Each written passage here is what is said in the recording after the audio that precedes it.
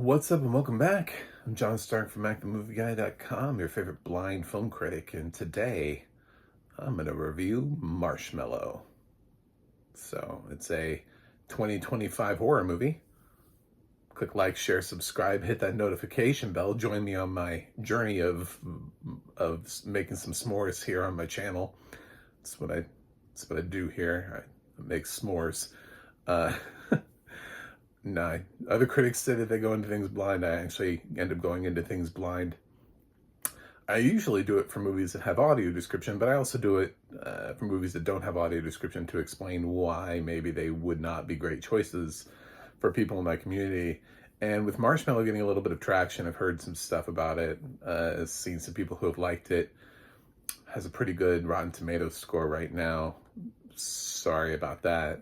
But yeah, it reminded me a lot last year. You know, we get these sort of like indie phenomenons and they never get audio description, and they kind of get opportunities to, like, I think the Hundreds of Beavers team, which were taking their film around from like town to town, I have a really hard time believing that they didn't accrue enough money to add audio description to make their film accessible at some point, because they started that at like the beginning of the year and they were still traveling with that film at the end of the year.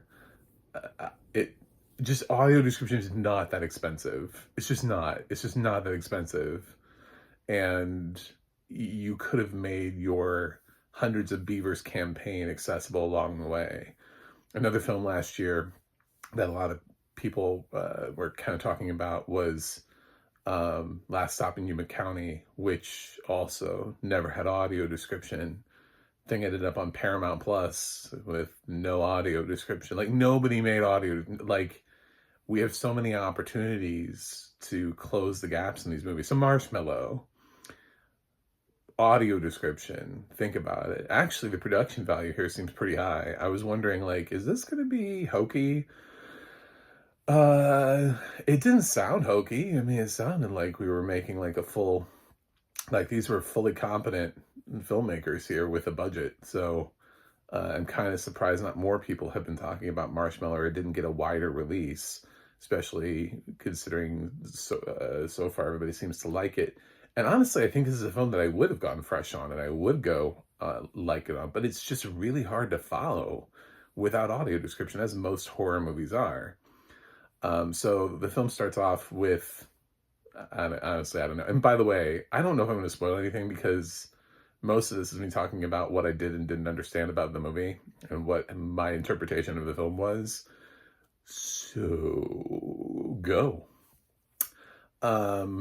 We have our young kid, Morgan.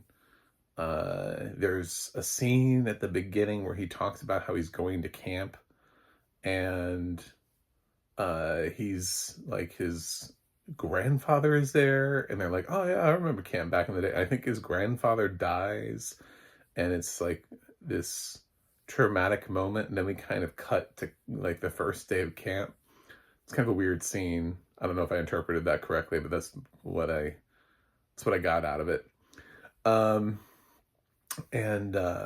these kids are coming in, and the camp counselors are these, you know, older, they're sort of like the guys who run the camp, and then there are those, you know, like college age kids who probably shouldn't be chaperoning children.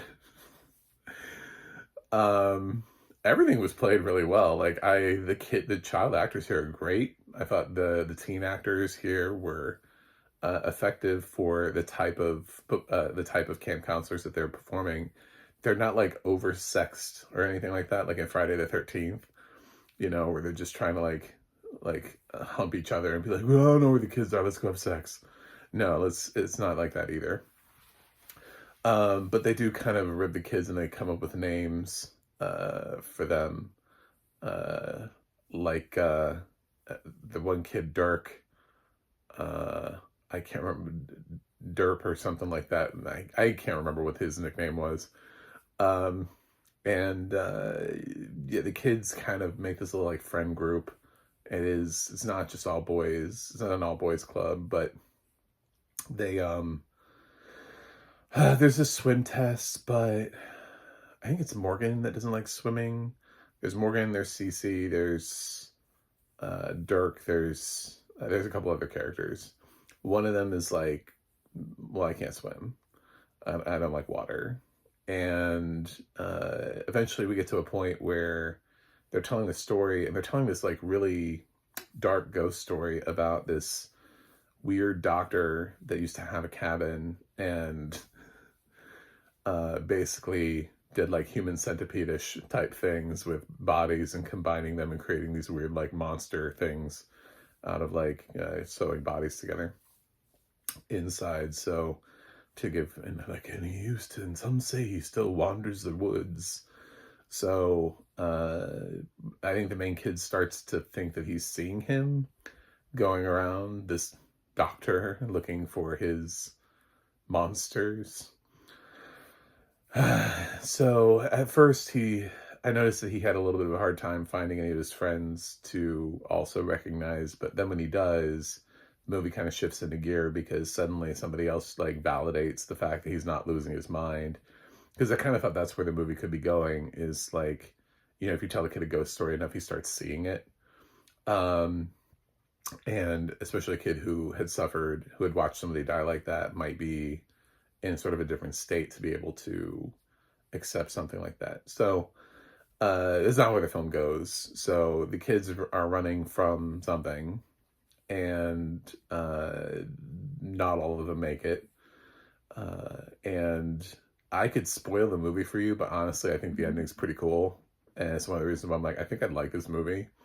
So we're going to cut it there. I kind of picked up what the movie was putting down. There is a scene, though, towards the end where, just to say even how blindness affects, like, sort of like the ending that you've got planned, there's a scene where the guy's on the phone, right? And they're talking about stuff, and he's hearing what the guy on the phone is saying, but he kind of doesn't want to. So he's kind of like, and the guy's listening, and he's just like, "Hey, are you listening to me? Do you hear me?" Yeah. And you're like, I have no idea what's going on in that scene. I don't know if he's, you know what I'm saying? Like, that's the kind of thing where like audio description would fill in what his reaction is. Why is he going quiet? What's happening? So, yeah, it certainly does have a very creative, this is the kind of movie that I can understand why it has the kind of ground support that it has, why there are people out there that are saying, I like this movie. The problem is it's a mess if you can't see what's happening, because the sound design is great. There are a lot of jump scares. And I think it's kind of funny. This is referred to as a gateway horror, which is often something that you can show to sort of like younger. It's unrated, so don't quote me on this and then hand it to your 5-year-old. But those are often referred to as being sort of like lighter horror movies that are scary without being like overtly gory. I'm kind of picking up that vibe here. That's probably what this is. So, it was a like-minded comparison. I mean, like, Hocus Pocus is like really gateway. So Nightmare Before Christmas is like really gateway. You know, Coraline, that kind of stuff. But somewhere between that and like a PG-13 slasher where they keep cutting away, I think is probably where Marshmallow is. I think this would be PG-13 if this got a rating. I don't think it would be R. So, but like being blind, it's like, I don't know what's chasing them. I don't know what it looks like. I have no idea what they're seeing. I have no idea what happens when other people disappear, when other people are, I don't know, snatched up, whatever you want to call it in this movie. I have no idea. And I had a hard time figuring out how many people were in the friends group, because it's not like they all, like, the film's well written, so they don't all sit there and go like, "Hey Morgan, hey Cece, hey Dirk." You know, they don't all like say each other's names. So like they're like all checking in so that you know like who's in what scene at any given moment, you know? But yeah, I mean, I didn't have the worst time in the world. There have been some other films that I've reviewed and put on the tomato meter that just have like no dialogue, really hard to follow. And it's like, what am I grasping at? Give me something. This film does have some dialogue, and I kind of picked up on it, and I got some of the themes. I think the ending is cool. I'd seen some people review this, and they all dodged the ending, and I kind of want to dodge the ending too because I approve. The ending got you bonus points. It got you closer to the finish line of being fresh on the tomato meter. Because I'm like, okay, well, points. That's solid. I like that. Um, I, I would have loved for this movie if it had audio description. I checked. There's no audio description for this movie. There's no known existing audio description anywhere. It's not just I was too lazy to seek it out on like a different platform. It doesn't exist. It's never had it. So that's where we're at. So Marshmallow, lack of accessibility is a key factor here in things, and I this is again the problem. But that's the problem with the films that we get last year. It's the films that we get every year. Is that every year blind and low vision cinephiles have to watch films like this that hit and resonate with audiences, and people start talking about them, and then we're like, oh, we're never gonna be able to see them. You know, honestly, I never thought we'd be able to see Flow until it landed on HBO Max, and then Warner Brothers Discovery paid for the audio description, because that film seemed more in tune with having to spend any extra dollar it had on an Oscar campaign rather than making itself accessible. So, you know, it sucks being left out like constantly, and audio description is always a second thought. And just yeah, people always create things for able-bodied people, not really thinking about how like we all got here. You know, like not all disabled people were born disabled, right? So I always say like create the world so that if you create an accessible world, you might one day need that accessibility. So if you create it now while you can, later on, if you need it or a family member of yours needs it, you've helped to make the world more accessible.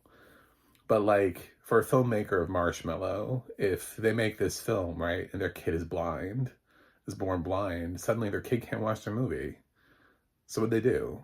You know, they just created an experience, and they're like, oh, I want to show my kid oh, fuck. We didn't create an audio description track for it. Damn, I can't share that experience with my children. Oh, wow, there are a lot of cinematic experiences, but I'm really into cinema. This is my thing, and I want to be able to share this with my kid. So how do we do this? And suddenly you become aware of it. But if I don't talk about it, you don't become aware of it. Marshmallow, um, sound design got you points. The really, I mean, seriously, it's fantastic sound design. I actually felt like things were moving around me. Like I don't even have surround sound speakers, and I felt like somehow, however you were doing it, like shit was behind me.